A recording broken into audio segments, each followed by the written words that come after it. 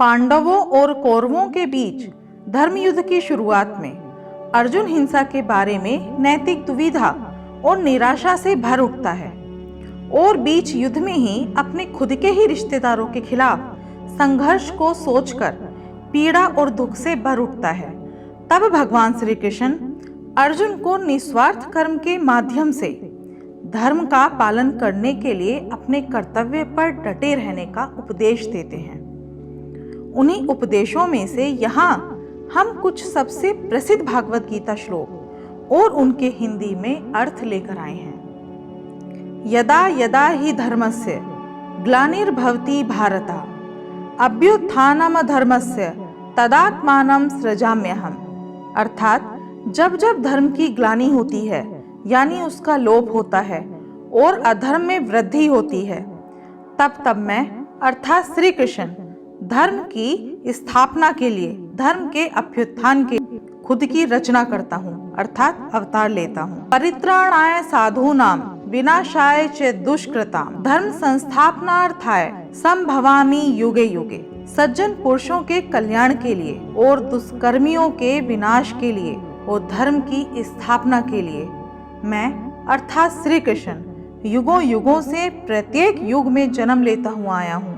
यद्दा चरति श्रेष्ठ स्तत देवेतरो जनः सा यत् प्रमाणम कुरुते लोक स्तद अनुवर्तते। इस श्लोक का अर्थ है श्रेष्ठ पुरुष जो आचरण करते हैं यानी जो भी काम करते हैं, दूसरे मनुष्य उन्हीं की तरह वैसा ही आचरण और वैसा ही काम करते हैं। वो यानी कि जो श्रेष्ठ पुरुष हैं, जो प्रमाण या उदाहरण प्रस्तुत करते हैं, समस्त मानव समुदाय उन्हीं का अनुसरण करने लग जाते हैं। नैनम छिद्रन्ति शस्त्राणि नैनम दहति पावकः न चैनम क्लेद्यन्त्यापो न शोष्यति मारुतः। इस श्लोक का अर्थ है आत्मा को न शस्त्र काट सकते हैं, न आग उसे जला सकती है, न पानी उसे भिगो सकता है और न ही हवा उसे सुखा सकती है। यहाँ पर भगवान श्री कृष्ण ने आत्मा के अजर अमर होने की बात की है। हतो वा प्राप्यसि स्वर्गम जित्वा वा भोक्ष्यसे महीम तस्मात् उत्तिष्ठ कौन्तेय युद्धाय कृत निश्चय।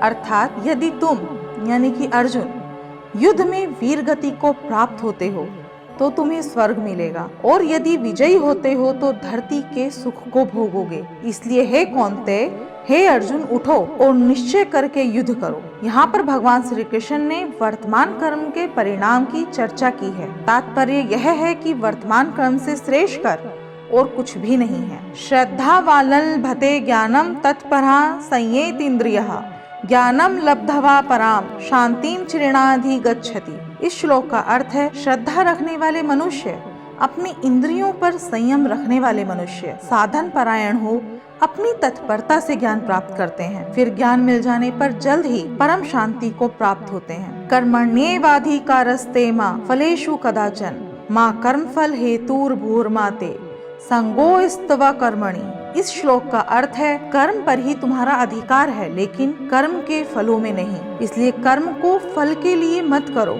और ना ही काम करने में तुम्हारी आसक्ति हो। यह श्लोक श्रीमद् भगवत गीता के सबसे महत्वपूर्ण श्लोकों में से एक है जो कर्मयोग दर्शन का मूल आधार है। ध्यायतो विश्यानुपुंस संगस्तेषुपजायते संगात् समजायते कामः कामात् क्रोधो भिजायते। इस श्लोक का अर्थ है किसी भी वस्तुओं के बारे में सोचते रहने से मनुष्य को उनसे आसक्ति हो जाती है। इससे उनमें कामना यानी कि इच्छा पैदा होती है और कामनाओं में विघ्न पड़ने से क्रोध की उत्पत्ति होती है। यहाँ पर भगवान श्री कृष्ण ने विषय आसक्ति के दुष्परिणाम के बारे में बताया है।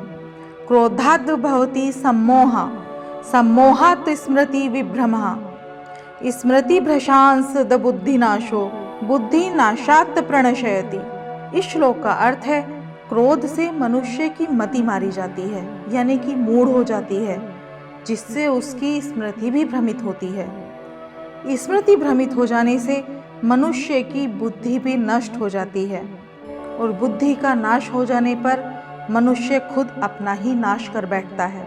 सर्वधर्मान् परित्यज्य मामेकं शरणं व्रज अहं त्वां सर्व पापेभ्यो मोक्षयिष्यामि मा शुचः। इस श्लोक का अर्थ है हे अर्जुन, सभी धर्मों को त्याग कर अर्थात हर आश्रय को त्याग कर केवल मेरी शरण में आओ। मैं अर्थात श्री कृष्ण तुम्हें सभी पापों से मुक्ति दिला दूंगा, इसलिए शोक मत करो।